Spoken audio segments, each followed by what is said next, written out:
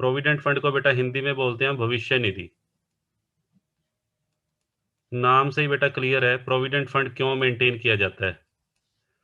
हाँ जी बेटा, अगर आपको ये कहा जाए प्रोविडेंट फंड को डिफाइन करो या इसका मीनिंग बताओ, तो इसको बेटा सिंपल वर्ड्स में आप क्या लिखोगे? A fund which is maintained for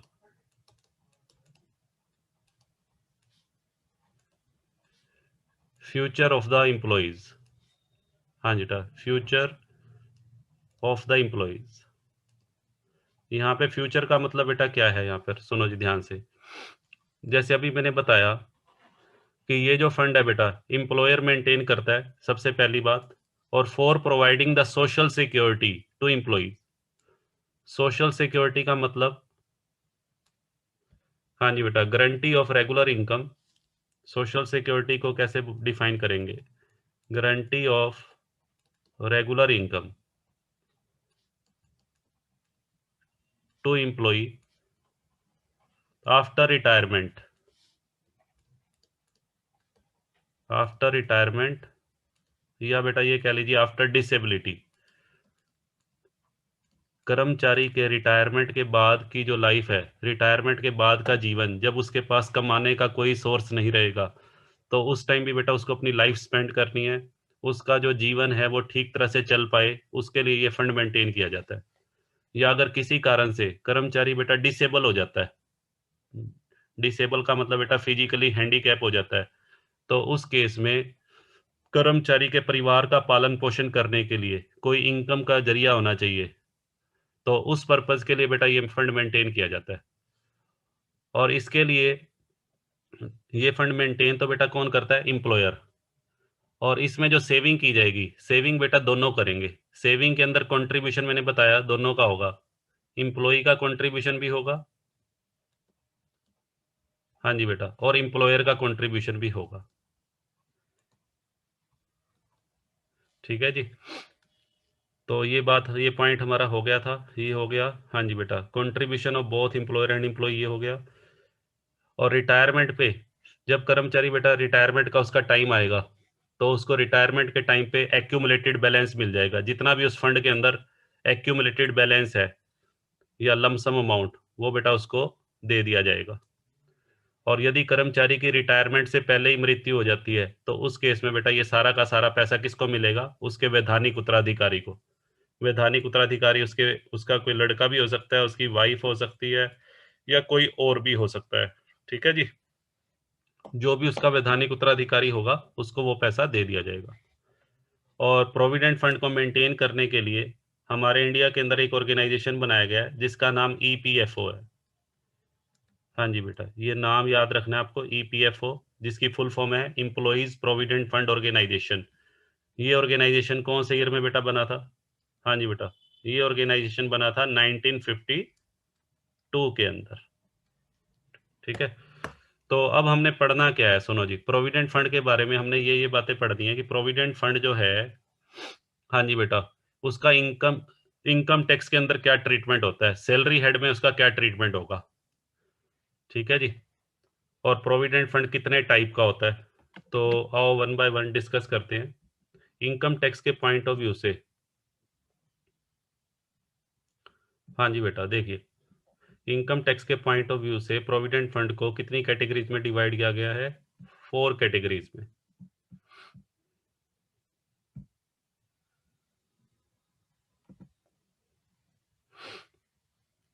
हाँ जी बेटा देखिए, प्रोविडेंट फंड की बेटा 4 कैटेगरी हैं। Statutory provident fund, recognised provident fund, third is unrecognised provident fund, and the fourth is public provident fund. हाँ जी बेटा, सबसे पहले बेटा मैं चर्चा करने वाला हूं आपके साथ स्टैट्यूटरी प्रोविडेंट फंड की। स्टैट्यूटरी प्रोविडेंट फंड का सैलरी हेड में क्या ट्रीटमेंट होगा, ध्यान से सुनना बेटा। सबसे पहले हम बात कर लेते हैं स्टैट्यूटरी प्रोविडेंट फंड होता क्या है।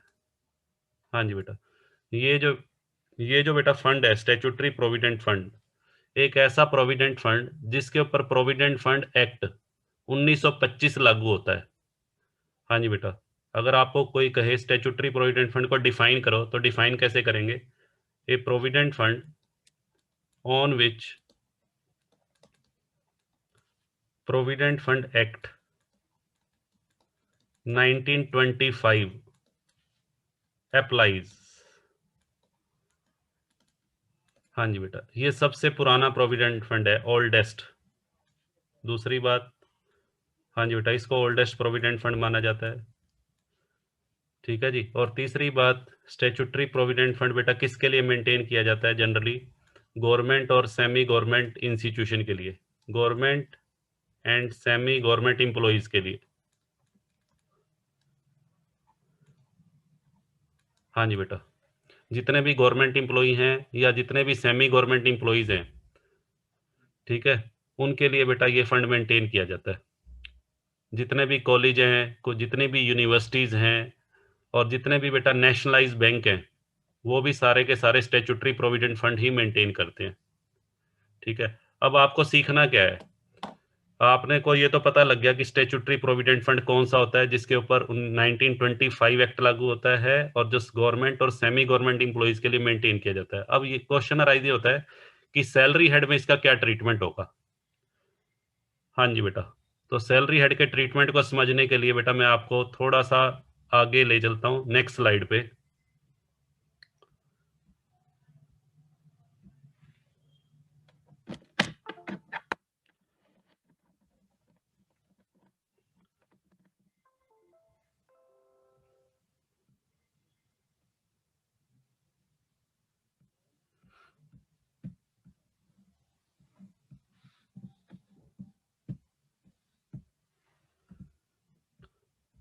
हाँ जी बेटा, ध्यान से देखिएगा।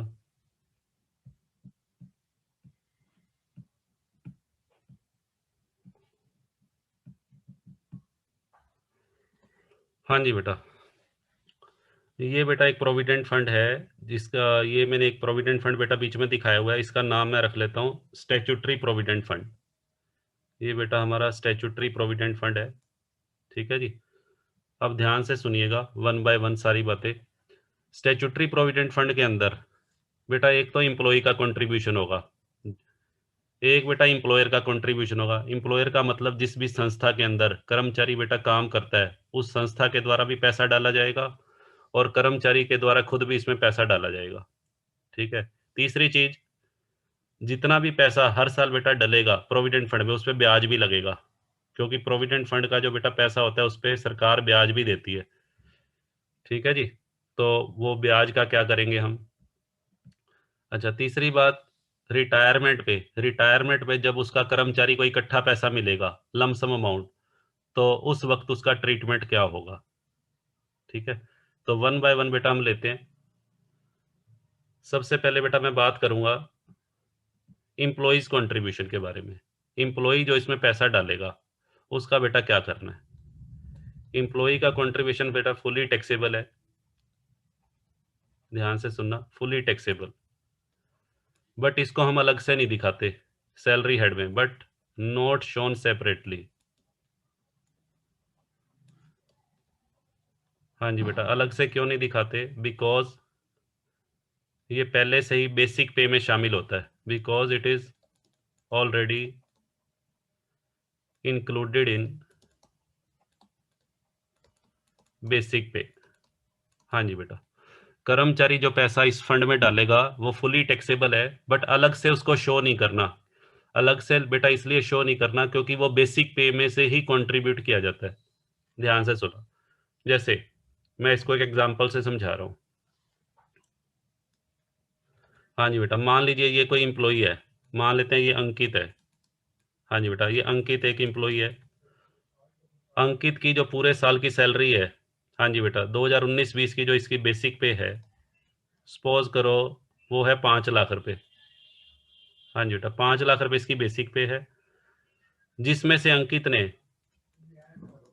हाँ जी बेटा, प्रोविडेंट फंड के लिए स्टैट्यूटरी प्रोविडेंट फंड, ये अंकित एक गवर्नमेंट एम्प्लॉई है और गवर्नमेंट ने इसके लिए स्टैट्यूटरी प्रोविडेंट फंड मेंटेन किया हुआ है, और गवर्नमेंट ने इसकी सैलरी में से 1 लाख रुपए काट लिए। हाँ जी बेटा, मान लेते हैं 5 लाख रुपए इसकी बेसिक पे है, जिसमें से 1 लाख रुपए गवर्नमेंट ने काट लिया। तो कितना पैसा बेटा अंकित को रिसीव हुआ? 4 लाख। इसको बेटा क्या बोलते हैं? इसको बोलते हैं नेट सैलरी। इसको बोलते हैं नेट सैलरी। और इसको बेटा बोलते हैं ग्रॉस सैलरी। ये 5 लाख रुपए क्या है? हाँ जी बेटा, ये 5 लाख रुपए क्या चीज है? Gross salary. स्टार्टिंग में मैंने एक पॉइंट करवाया था आपको कि सैलरी हेड के अंदर बताओ कौन सी सैलरी टैक्सेबल होती है? नेट सैलरी टैक्सेबल होती है, ग्रॉस सैलरी टैक्सेबल होती है? हाँ जी बेटा, एक पॉइंट मैंने बताया था, ग्रॉस सैलरी टैक्सेबल होती है। अब मेरे को एक बात बताओ, जब ग्रॉस सैलरी बेटा मैं जब सैलरी हेड बनाऊंगा, जब सैलरी हेड में बनाऊंगा और उसमें मैं 5 लाख रुपए ग्रॉस सैलरी के ले रहा हूं, तो क्या इसके अंदर कर्मचारी का कंट्रीब्यूशन शामिल है या नहीं है? ये बताओ, इस 5 लाख के अंदर कर्मचारी ने जो प्रोविडेंट फंड में पैसा डाला था वो शामिल है या नहीं है? ठीक है, बिल्कुल है। तो इसका मतलब क्या हो गया कि इंप्लॉई का कंट्रीब्यूशन फुली टैक्सेबल है, बट उसको अलग से नहीं दिखाना। अलग से क्यों नहीं दिखाना बेटा? अदरवाइज डबल टैक्स हो जाएगा। देखो, मान लो मैं ग्रॉस सैलरी दिखा दी मैंने 5 लाख, ध्यान से सुनना, मैंने ग्रॉस सैलरी 5 लाख रुपए सैलरी हेड में दिखा दी और नीचे ये भी दिखा दिया कि इंप्लॉई ने प्रोविडेंट फंड में 1 लाख रुपए डाले। क्या ये सही है? हाँ जी बेटा, 5 लाख रुपए मैंने ग्रॉस सैलरी के दिखा दिए और 1 लाख रुपए प्रोविडेंट फंड के अलग से दिखा दिए। तो यहाँ पे 1 लाख रुपए बेटा कितनी बार आ गया? 2 बार आ गया। इस 5 लाख में भी शामिल हो गया। हाँ जी बेटा, इस 5 लाख के अंदर भी वही पैसा शामिल है और 1 लाख रुपए मैंने अलग से भी दिखा दिए। किस चीज के? प्रोविडेंट फंड कंट्रीब्यूशन के। तो ये तो गलत हो जाएगा। तो आपको करना क्या है, ये रूल बेटा ध्यान रखना है।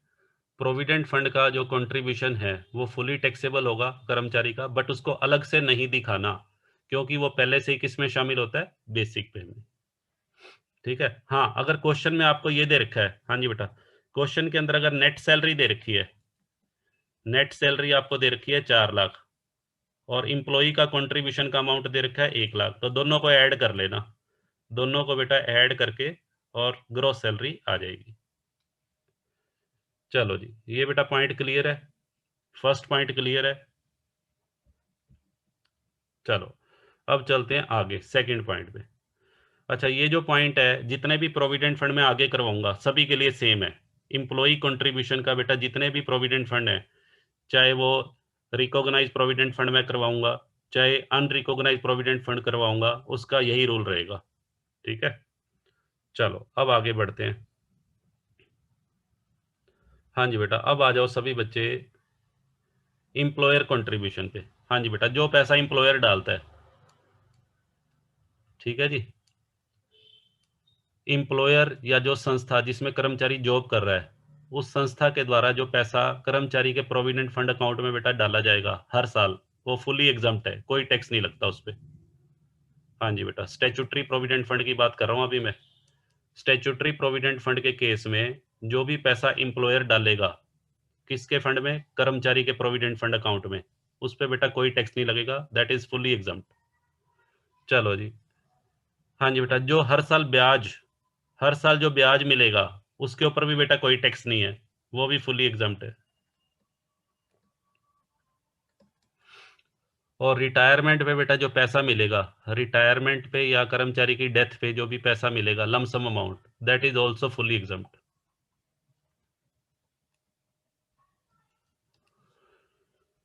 हाँ जी बेटा, ये रूल्स आपको याद रखने हैं। कर्मचारी का कंट्रीब्यूशन फुली टैक्सेबल होता है, बट उसको अलग से नहीं दिखाना क्योंकि वो पहले से बेसिक पे में शामिल होता है। इंप्लॉयर का जो कंट्रीब्यूशन है फुली एग्जम्प्ट है। और हर साल बेटा जो प्रोविडेंट फंड अकाउंट में हर साल जो ब्याज ऐड होगा कर्मचारी के अकाउंट में क्रेडिट होगा, उस पर भी कोई टैक्स नहीं लगेगा। और रिटायरमेंट पे बेटा जब इसका लमसम अमाउंट मिलेगा उस टाइम पे भी ये फुली एग्जम्प्ट है। हाँ जी बेटा, बताइए, इसका स्क्रीनशॉट ले लो बेटा फटाफट से। सभी बच्चे इसका बेटा स्क्रीनशॉट ले लीजिए। अश्विनी पूछ रहे हैं वाई सर, भाई ऐसा क्यों है? बेटा ये तो गवर्नमेंट ने रूल्स बनाए हैं इनका, बट वाई इनका कोई रीजन नहीं है। वो गवर्नमेंट ने क्या सोच के बनाए हैं वो गवर्नमेंट से ही पूछ लेना। ठीक है, हमें सिर्फ रूल्स याद करने हैं। हाँ, अगर आपको इन रूल्स के बिल्कुल डीप में जाना है तो सीए कर लो। सीए के फाइनल में इनकम टैक्स 2 बार आता है, एक बार आईपीसीसी लेवल पे, एक बार सीए फाइनल लेवल पे। वहां पे आपको हर चीज का रीजन भी बताया जाएगा। ठीक है जी। तो मैं आपको सिर्फ बीकॉम लेवल तक ही बेटा पढ़ाऊंगा, ठीक है। हाँ, जिन चीज़ों का मुझे लगेगा हाँ जरूरी है कि वाई ऐसा क्यों है, तो वहां मैं बताऊंगा आपको, टेंशन मत लो। चलो आगे बढ़ते हैं। ये बेटा रूल्स याद रखने हैं आपको। हाँ जी बेटा। अब आ जाइए next provident fund. Next provident fund बेटा कौन सा है?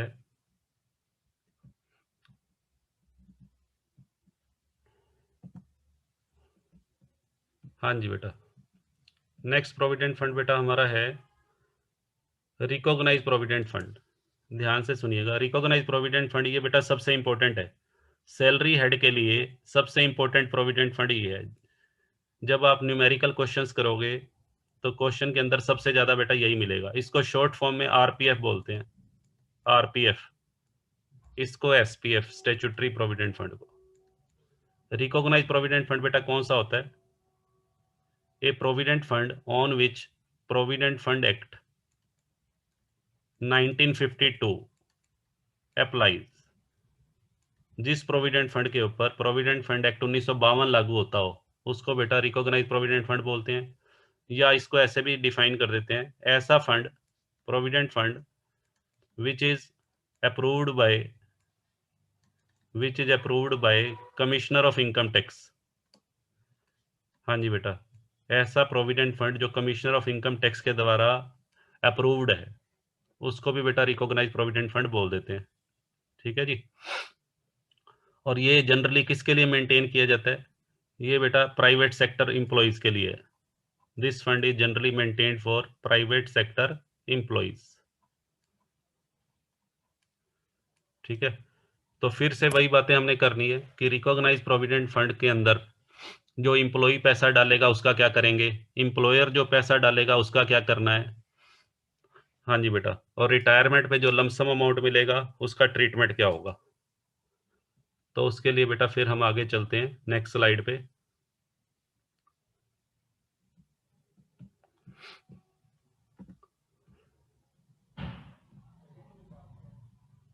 हाँ जी बेटा, देखिएगा सबसे पहले एम्प्लॉय कंट्रीब्यूशन। अब बेटा मैं फंड का नाम चेंज कर रहा हूँ। पहले इस फंड का नाम क्या था? Employees provident fund, statutory provident fund. अब इसका नाम बेटा मैंने लिख दिया आरपीएफ। ये जो प्रोविडेंट फंड है बेटा, ये कौन सा प्रोविडेंट फंड है? Recognise provident fund. अब ध्यान से सुनिएगा, वन बाय वन बेटा हम सारे पॉइंट लेंगे। सबसे पहले एम्प्लॉइज कंट्रीब्यूशन पे आ जाइए। एम्प्लॉइज कंट्रीब्यूशन का बेटा क्या ट्रीटमेंट होगा? हाँ जी बेटा, ये फुली टैक्सेबल है। Employee's contribution is fully taxable but not shown separately. हाँ जी बेटा, सेम रूल है, but not shown separately because it is already included in gross salary. हाँ जी बेटा, बेसिक पे कह लो या ग्रोस सैलरी, बात एक ही है। ये बेटा पहले से ही ग्रोस सैलरी का पार्ट होता है। ठीक है जी, इसका रूल बेटा सेम है। अब आ जाओ एम्प्लॉयर कंट्रीब्यूशन। एम्प्लॉयर कंट्रीब्यूशन, हाँ जी बेटा, इसका क्या रूल रहेगा? एम्प्लॉयर जो इसके अंदर हर साल पैसा डालेगा कर्मचारी के प्रोविडेंट फंड अकाउंट में, बेटा वो पार्शली टैक्सेबल है। हाँ जी बेटा, ध्यान से सुनो, एम्प्लॉयर का कंट्रीब्यूशन पार्शली टैक्सेबल है। अब पार्शली टैक्सेबल कैलकुलेट कैसे करेंगे?